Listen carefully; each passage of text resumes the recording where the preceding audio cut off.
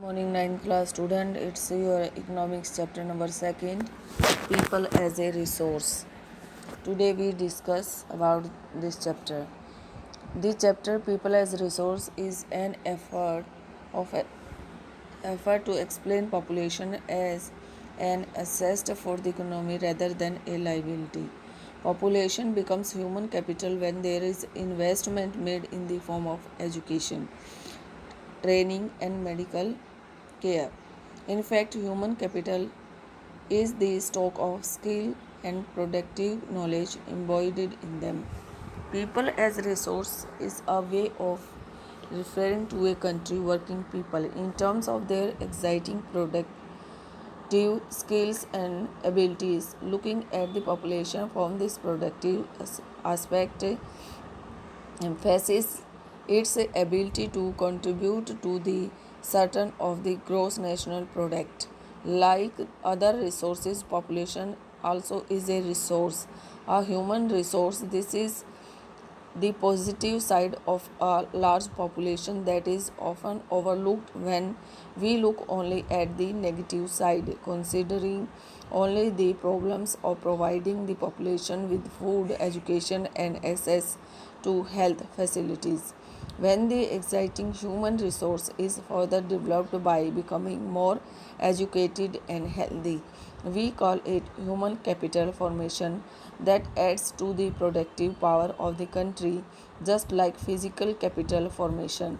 Investment in human capital through education, training, medical care yields a return just like investment in physical capital. This can be seen directly in the form of higher incomes and because of higher productivity of the more educated or the better trained person, as well as the higher productivity of healthier people. यहाँ पर आपको बताया गया है कि जो एक human है उसको एज ए रिसोर्स वो कैसे काम करता है। देखिए, किसी भी देश के जीडीपी की जो ग्रोथ होती है उसमें तीनों मिलकर, तीनों सेक्टर, जो प्राइमरी सेक्टर है, सेकेंडरी सेक्टर है और जो टेरिटरी सेक्टर है, वो मिलकर पार्टिसिपेट करते हैं। बट एक जीडीपी को बढ़ाने के लिए एजुकेटेड और स्किल पर्सन की बहुत ज़्यादा आवश्यकता होती है और गवर्नमेंट का ये जिम्मेवारी होती है कि वो सभी लोगों को एजुकेशन और हेल्थ केयर सिस्टम प्रोवाइड कराए, उनको प्रॉपर मात्रा में फूड अवेलेबल कराए, जिससे कि वो जो सभी हैं हेल्दी रह सकें और अच्छी स्किल की एजुकेशन ट्रेनिंग उनको दिलवाई जाए और हॉस्पिटल्स वगैरह ओपन किए जाएं ताकि उनकी जो हेल्थ है उनका ध्यान रखा जा सके। तो इस तरह से अगर एक स्वस्थ समाज होगा तो उसमें उसकी जो जीडीपी है वो बहुत अच्छी तरह से ग्रोथ करेगी। ठीक है। India green revolution is a dramatic example of how the input of greater knowledge in the form of improved production technologies can rapidly increase the productivity of scarce land resources. India's its revolution is a striking instance of how the importance of human capital has come to acquire a higher position than that of material plant and machinery. ये कहाँ से लिए गए हैं? ये planning commission of government of India के लिए गए हैं। Next, looking at the photograph. इस फोटोग्राफ को आप देखें। Can you explain how a doctor, क्या आप एक्सप्लेन कर सकते हैं कि एक डॉक्टर क्या कर रहा है, टीचर क्या कर रहा है, इंजीनियर, डॉक्टर कौन है, टीचर कौन है, इंजीनियर कौन है, एंड टेलर आर एन एसेस टू द इकोनॉमी। ये सभी अपना अपना पार्ट प्ले करते हैं इकोनॉमी में। Not only do the more educated and the healthier people gain through higher incomes, society also gain in other indirect way because the advantages of a more educated or a healthier population spreads to those also who themselves were not directly educated or given health care. In fact, human capital is one way superior to other resources like land and physical capital. Human resources can make use of land and capital. Land and capital cannot become useful on its own. Land और capital अपने आप useful नहीं है, उनको humans useful बनाते हैं.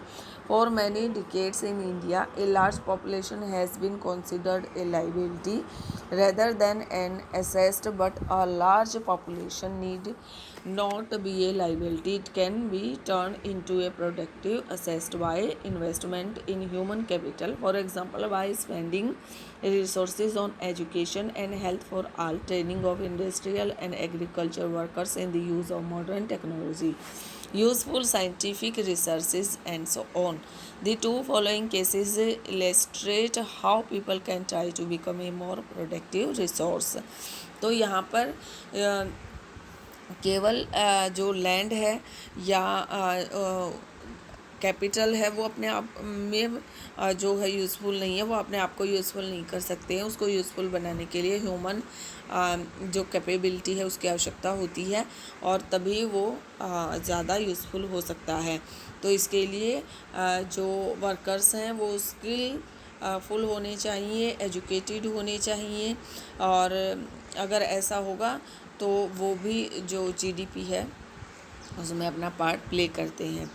ठीक है, तो यहाँ पर एक स्टूडेंट, एक बच्चे की कहानी दी गई है, स्टोरी ऑफ स्कल की यहाँ स्टोरी दी गई है, वो मैं आपको इंट्रोड्यूस कराऊंगी. Sakal. There were two friends, Vishal and Sakal, living in the same village Samaypur. तो ये दो फ्रेंड हैं जो समयपुर में रहते हैं. Sakal was a 12-year old boy, 12 साल का है Sakal. His mother Sheela looked after domestic, घरेलू साइका है, घरेलू काम करती है.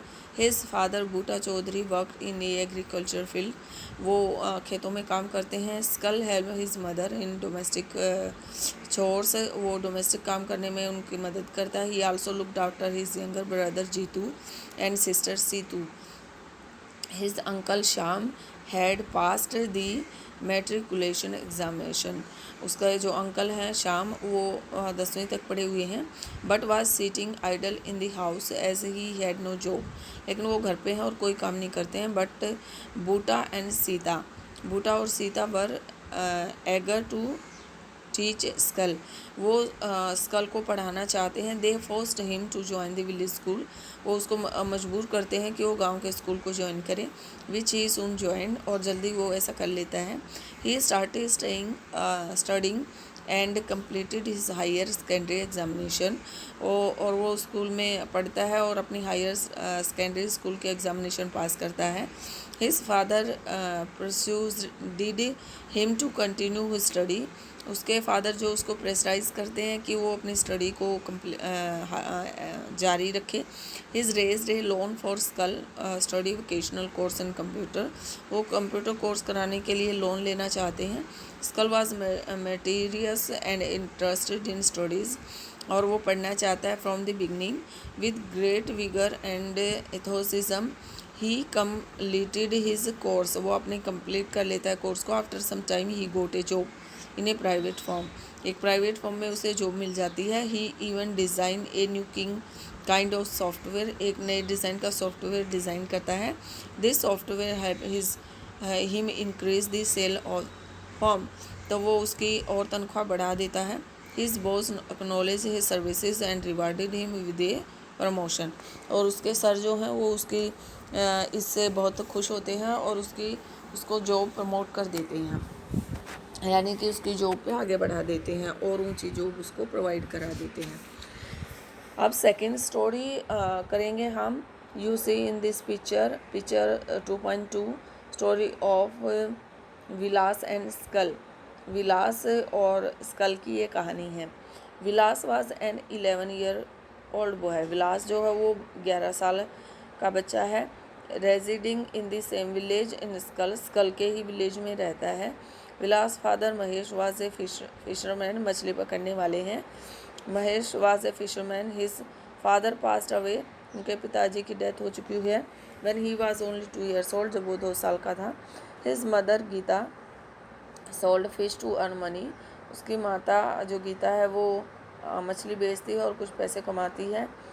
She boat fish from the land owner pond, और वो लैंड ओनर के पॉन्ड से, तालाब से मछली लेती है। And sold it in nearby mandi, और उसे नज़दीक वाली मंडी में बेच देती है। She could earn only ₹20 to 30 a day by selling, और वो 20 से 30 रुपये कमा लेती है हर रोज़।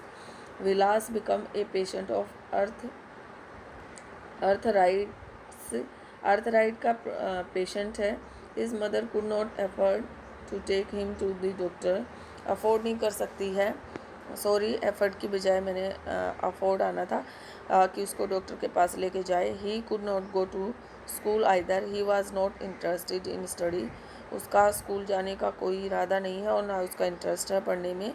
He have this mother in cooking, वो अपनी माता का खाना बनाने में हेल्प करता है। And also looked after his younger brother Mohan, और अपने यंगर ब्रदर मोहन को की देखरेख का काम करता है। After some time his mother fell sick, उसकी जो मदर है वो बीमार हो जाती है। And there was no one to look after her, और उसको देखने वाला कोई नहीं है। There was no one in the family to support them, दूसरा कोई व्यक्ति नहीं है जो उनकी फैमिली की सपोर्ट करे। Vilas too was forced to sell fish in the same village, Vilas भी उसी गांव में फिश बेचने का काम करता है। ही लाइक हिज मदर, वो अपनी माँ की तरह ही अर्न ओनली ए मॉडरेट इनकम, बहुत ही कम इनकम में काम करता है, बहुत कम पैसे कमाता है।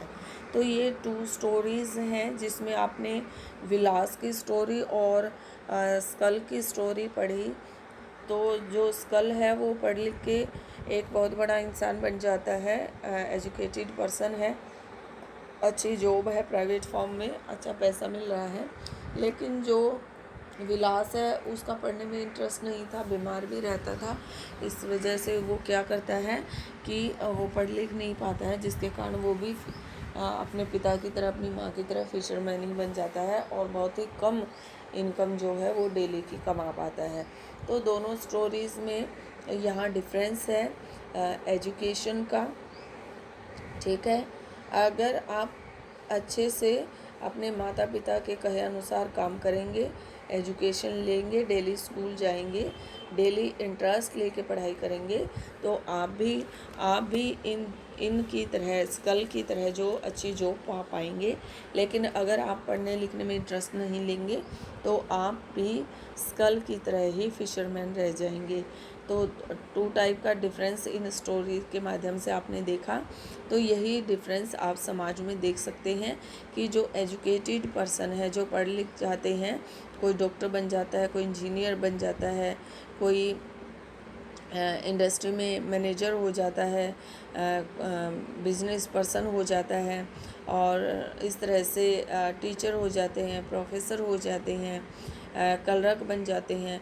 बट जो अनएजुकेटेड पर्सन है, आप देखते हैं व्हीकल चलाते हैं, ऑटो चलाते हैं, आपकी रेहड़ी वगैरह लगाते हैं, फल फ्रूट की शॉप करते हैं, और भी अदर जो माइग्रेट जॉब्स होती हैं वो करते हैं। तो इस तरह से एजुकेशन लेना बहुत ही ज़रूरी है।